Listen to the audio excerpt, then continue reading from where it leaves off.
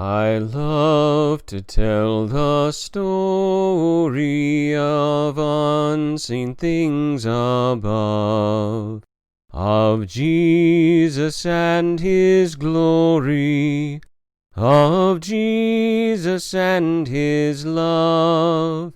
I love to tell the story, because I know 'tis true. It satisfies my longings as nothing else can do.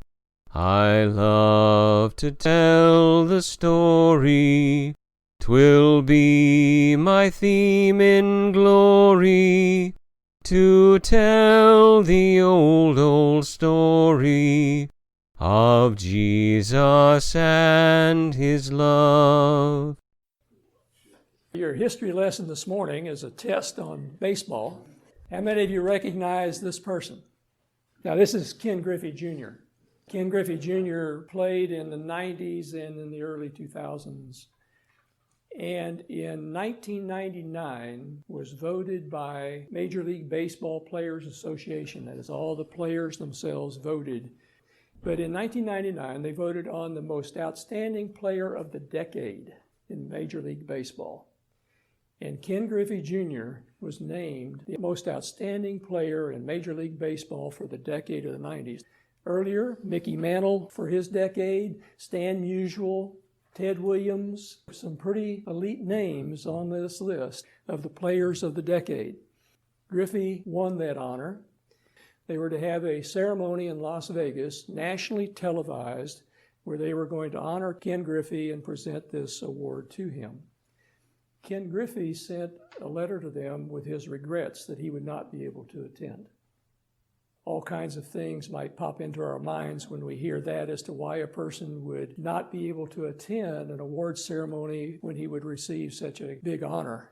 His reason was his 5-year-old son was playing in his first game, and he was going to attend his son's first game. Now that's keeping honor in a proper perspective, I think. Where are your priorities? What's really important? Seeking honor is something that is pretty important to most of us. I want to talk about a few words before we jump into this, just to kind of let you know the way I'm using the words. We may all use them a little bit differently on occasion. But the first is just the word admire. It's easy to admire or appreciate something in just about anybody, particularly a group like this. I mean, it's easy to look at anybody in this room and find something that you admire about this individual. That's easy. A higher level thing, that's to respect them. See, I can admire something in someone and not respect the person at all. But if I'm going to respect someone, then the admiration is much greater. It's much deeper. It's broader. It's not as narrowly focused as an admiration may be. Even in a group like this, it's easy to look around and say why we might respect each and every person here. There may be a lot of other people walking around that we might bump into on a daily basis where we might not have any respect for that individual. But the next word up is then honor. To honor someone is to respect them, and you can't honor them if you don't respect them. You're not going to honor somebody that you don't respect, but you can respect them without honoring them.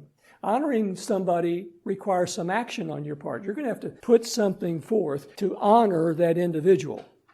Just as Ken Griffey was to receive this honor, they were demonstrating what they had done to say, you are the best baseball player of the 1990s. That's what we do when we honor somebody. We lift them up. We do something in the process of showing our respect for them. And then the highest level then that I use is glorify. To glorify someone is to exalt them. I mean, that is honoring them in the highest possible way, the greatest honor that you can bestow. And for us as Christians, we probably all believe that there's only one worthy of exaltation, and that's God Himself. We exalt one, whereas many people will exalt people as well, won't they? Have you ever seen someone exalt an individual, exalt a person, give them the greatest honor that they can possibly give, and virtually worship the person? Now, a Christian couldn't do that, but non-Christians can and do. And we'll even see some of it in our story this morning. Go to the questions. When it comes to honoring, you see any value in honoring an individual, honoring another person? Anything good coming of that? I mean, what is the value of not exalting now, glorifying, but to honor someone? What good purpose does that serve? Gives the person what recognition of some accomplishment. Right? So it's some encouragement to them, isn't it? By recognizing them, we're going to encourage them in that kind of behavior. What else?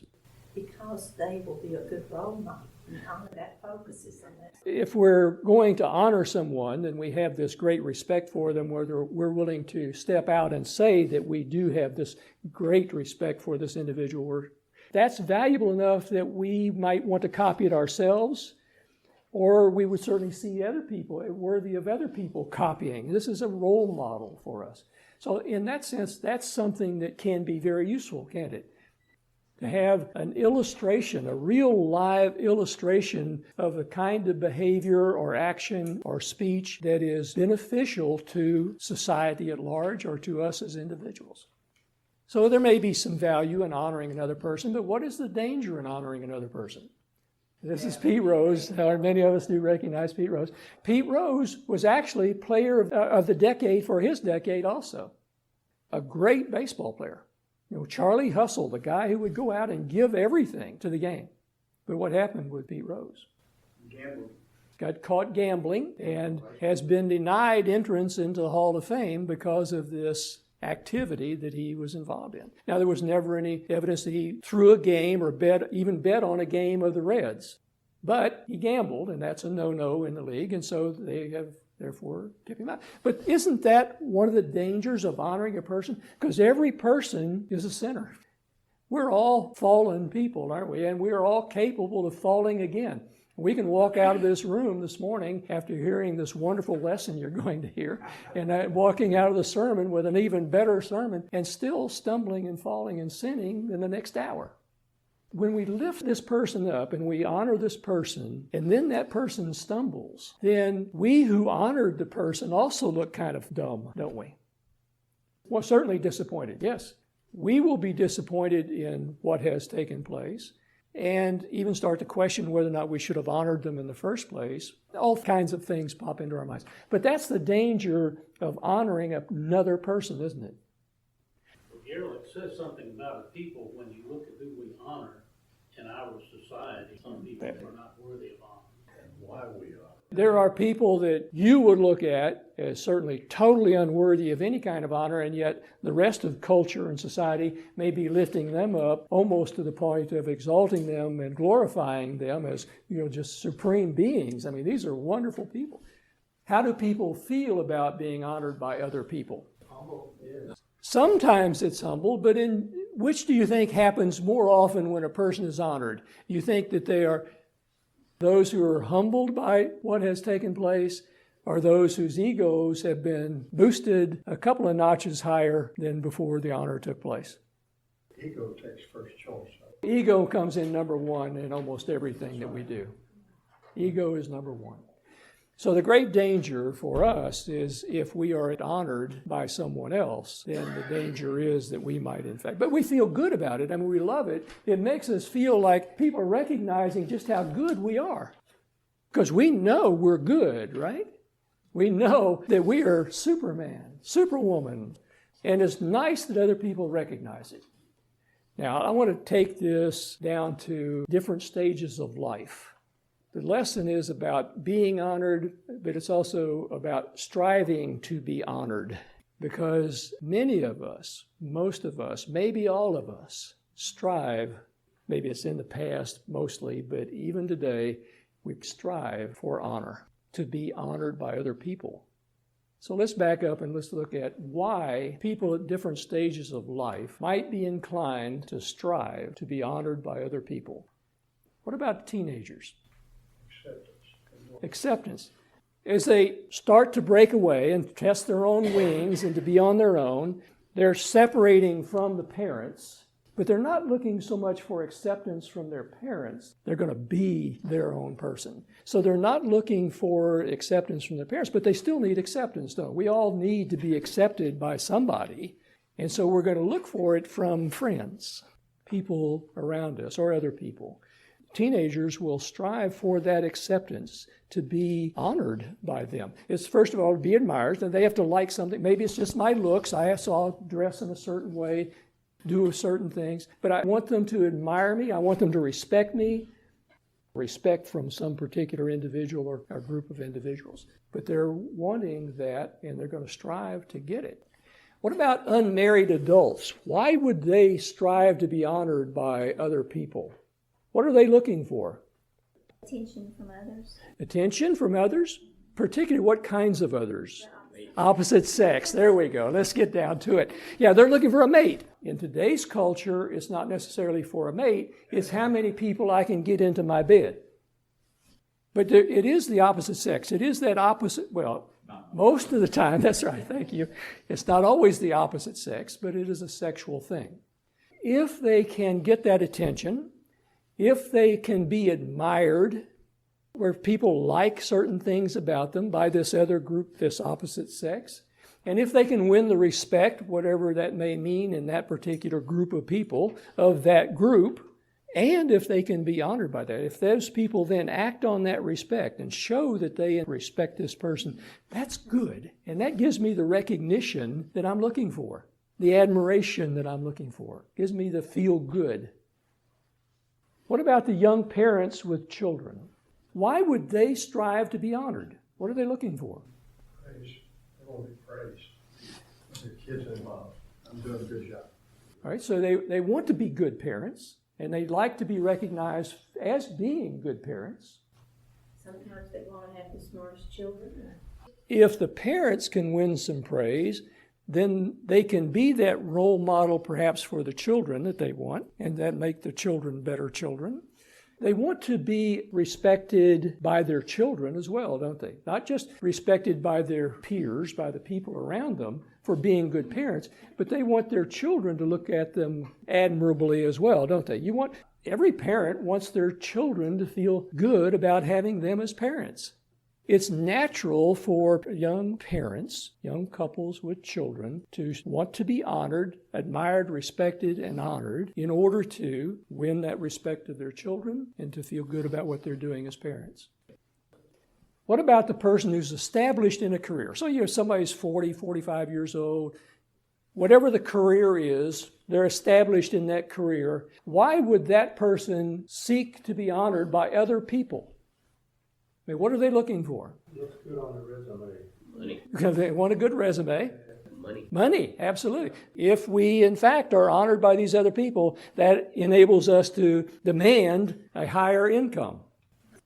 What about the people who are near retirement? Maybe they have 4 years to go, 5 years to go before they're going to retire.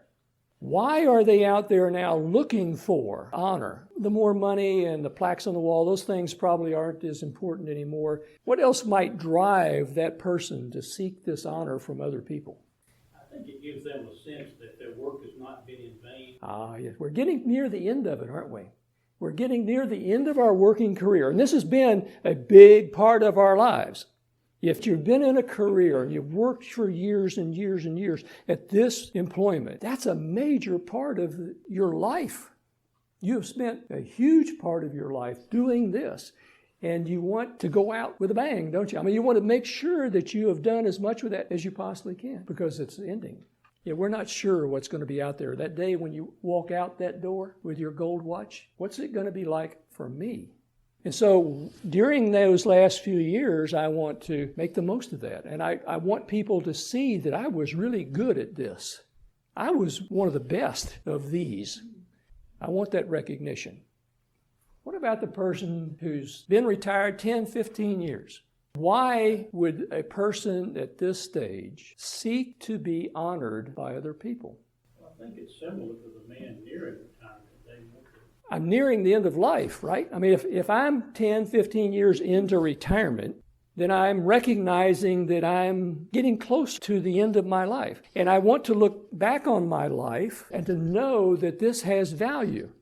We're talking people, not believers, not unbelievers, just people, all kinds of people. We want that life to have been of some value. And so if I am honored, if I get people to respect me enough to give me some honor when I am... I was like to be in a field that was so good that where you work for 20 years, that no longer exists. Oh yeah, that's very common these days. Yeah, you can work for 20, 30, 40, 50 years at something, and that profession just no longer exists. It's not there anymore. And so that's a bigger challenge for an individual in looking back and saying, my life has value. And so looking for the honor is something that is important. You are in only one of those categories, but we all know people in each and every one of them. What I want us to do is to recognize that everybody out there, to some degree or another, is striving for that recognition of other people. Striving to be, I say to be honored, but it is to be recognized as somebody of value in some particular way. Now, as you look at all the things that we described about why these people at these different stages of life might be trying to be honored by other people, as they strive to be honored, that almost all of them are self-centered. Almost all the reasons that we have for seeking this honor for ourselves, self-centered. Now that might be a problem. What does God say about striving for recognition from other people, to be honored by other people? Well, God deserves honor. Only God deserves honor. Only God deserves honor. Solomon said it was all vanity. All vanity. They'll say the chair at the feast, the highest place at the feast. Well, now wait a minute. We seem to have a problem here, don't we? We're all striving to be honored, to be lifted up, and yet maybe we're being told that that is not what we should be doing.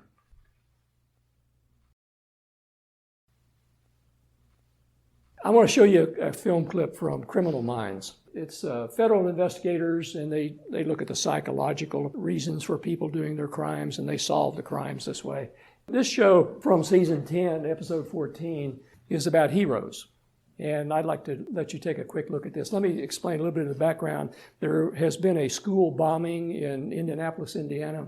It was over the weekend, so nobody was supposed to be there, but a maintenance worker was there, and he was killed in the bombing.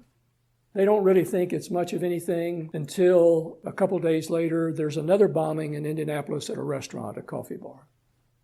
And so these people are called in to do the investigation, so they fly to Indianapolis that day.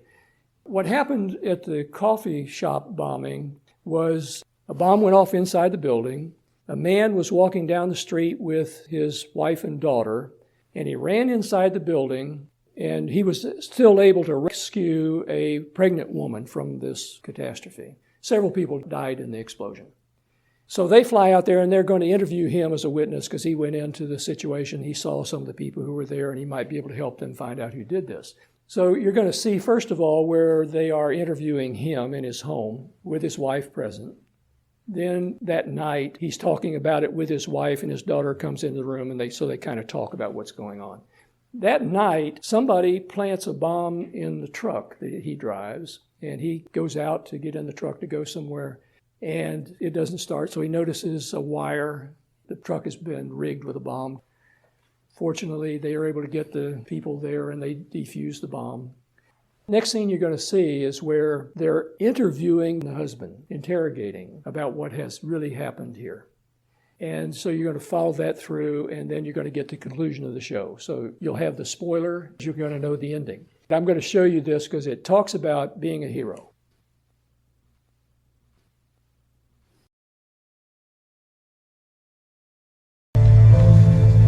It's like the media is scrambling for a soundbite from their local hero. Yeah, I don't know what all the fuss is about. Anybody with half a right mind would have done the same thing. Oh, they didn't. You did. How's the mother? She went into labor. It's a boy. Was this a terrorist attack? Obviously. I don't think that we're classifying it as terrorism just yet. So There were two, I guess. When I ran in there, was only a small fire, but then the back wall just exploded. who's the man in the photos?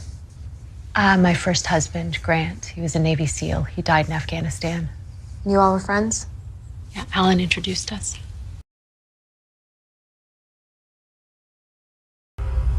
You were so brave today. I was lucky. Still can't believe I ran back into the fire like that. Well, you heard what those two agents said. You're a hero. You saved 2 lives.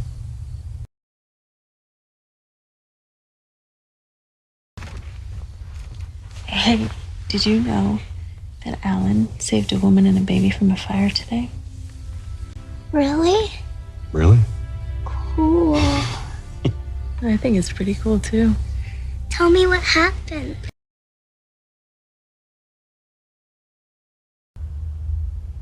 You want to know what we think? Not really, no. You lived in Grant's shadow for far too long. You had a thing for Brenda, you saw that he was interested, and you knew you didn't stand a chance. How could you? He was a hero. You watched them fall in love, get married, have a daughter. You watched them live the life that you wanted. And then he died. I love my wife. We believe that much is true. We saw evidence of it when you tried to keep Grant's daughter and My daughter. Brenda away from your truck. But answer this. When the bomb went off at the coffee shop and you were directly across the street, why did you leave her there? You would only do that if you knew that she wasn't in danger. Because you had planted the bomb. But you didn't plan on the gas line rupturing, which actually put her in danger. You just wanted to be a hero. Like Grant. Except you're not a hero, Alan.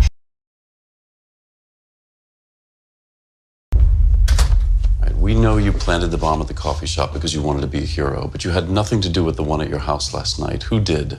I have no idea. You had nothing to do with the blast at the school. You heard about it, so you decided to build a bomb of your own to impress your wife. Yes. And you killed 7 people in the process. I never meant for that to happen. Oh, and I'm sure that's going to help their families sleep much better at night. But the good thing about being a mom, you'll always be her hero.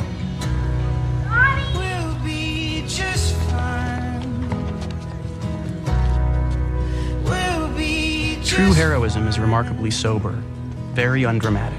It is not the urge to surpass all others at whatever cost, but the urge to serve others at whatever cost. Arthur Ashe.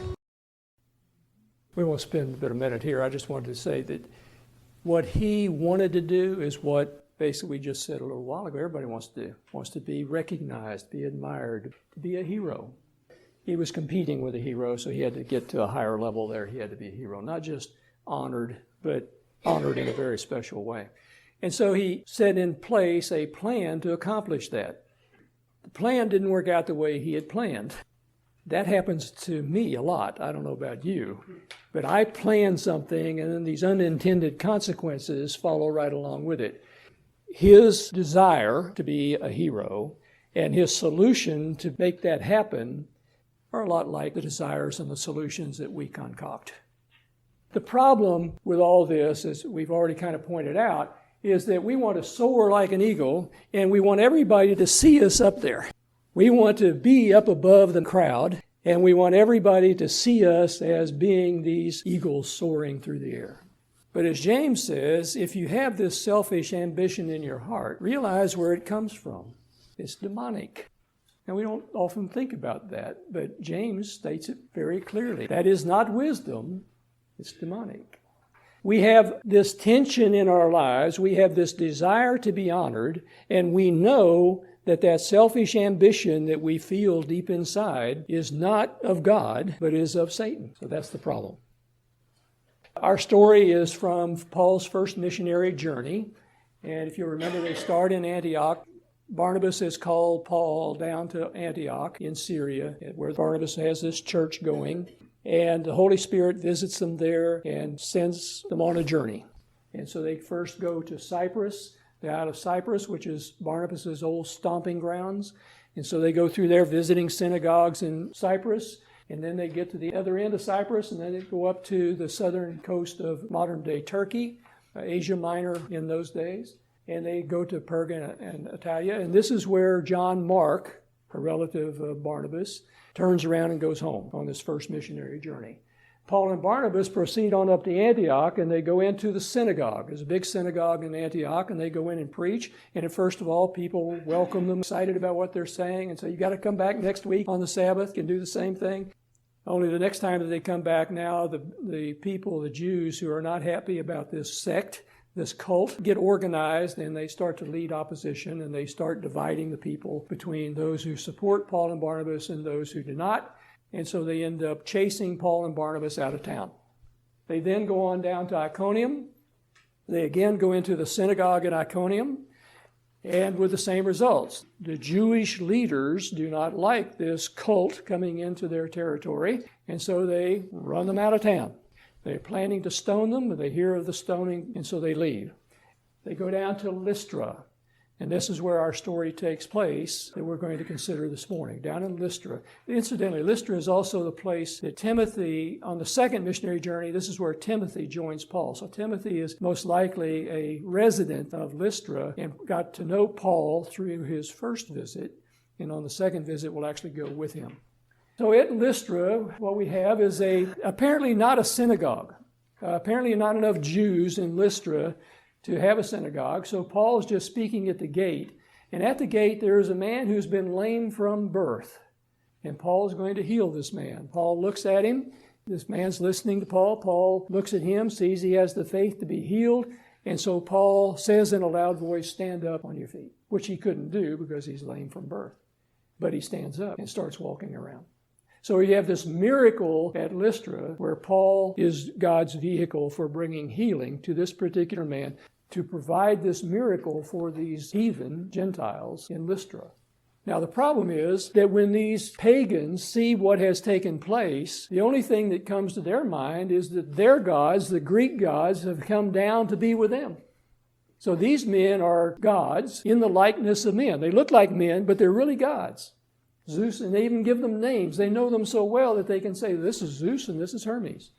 So what we have is what we kind of just talked about just a little bit earlier. For the heathen, for the pagan, for the non-believer, they not only worship the idols, they'll actually exalt men. They'll glorify individuals, glorify people, and treat them as gods. That's what they did at Lystra, and that's what people do. You see it in the culture today where the non-believers will lift up an individual, a man, and treat that man as a god, man or woman. So this is what they're shouting. Even the priest of Zeus, there's a temple for Zeus at the gate of the city. The priest of Zeus hears the turmoil, comes out, and wants to offer sacrifices to these gods that have come down among them. Now, if you are Paul and Barnabas, your first thought might be, this is pretty neat. We can use this. These people think that we're their gods who have come down. We can use this to lead them to Jesus while they think that we are these gods. Do you see how you could use that? Paul and Barnabas are going to use it, but not the way that we might think that they would use it. We might be inclined to continue, I'm going to say deceit. I mean, it would be deceitful, wouldn't it? Because Paul and Barnabas are not Zeus and Hermes. They could kind of act like they were for a little while to change the minds of the people, but they're not going to do that. God does not need any kind of a lie to lead people to know who He is. So Paul and Barnabas hear this, they tear their garments. Now we see that particularly in the Old Testament a lot, where the Jews would tear their garments. This is a tangible expression of grief. I mean, normally it's at a death. When somebody dies, they would tear their garments. It's to express their grief in a very tangible, real way. Their wardrobe was nothing like yours is. You could walk in and take a suit or a dress or whatever and rip it to shreds, and nothing would ever change. How many changes of clothes did most of these people have? To tear a garment in those days was a significant thing. So they expressed their grief by tearing their garments. Paul and Barnabas are so upset that they tear their garments. Now, when the Jews were trying to kill them, they didn't tear their garments. Try to stone them to death, they didn't tear their garments. That's no big deal. But when they're treating them like gods, that's a big deal, because they're diminishing the glory of God. They're taking away from the glory of God and trying to assign it to a man. That is a problem. And that's what Paul and Barnabas see. This is an issue, and we cannot stand for that. So rather than taking advantage of the people being misled, they're going to deal with it head on. So they rush out into the crowd and they say, why are you doing these things? We're men just like you are. We're not gods come down like men. We are men. We're like you are. What you're looking at is vain. It is the vanity of these false gods. I mean, that's emptiness. It's nothing. But we're here to tell you the good news. We're here to tell you about the living God, the God who created the heavens and the earth and everything on them. straight to the message. You have evidence of God being there, this God being there, because he hasn't destroyed you yet, even no matter how bad you have been. He hasn't wiped you out. He is patient. And he's blessed you in all the ways. Look at all the things of life that you've enjoyed. That's through his provision. So the message is clear. Even with these words, they scarcely restrained the people from sacrificing to him. The people were intent upon sacrificing to them as gods. But they're not going to have it.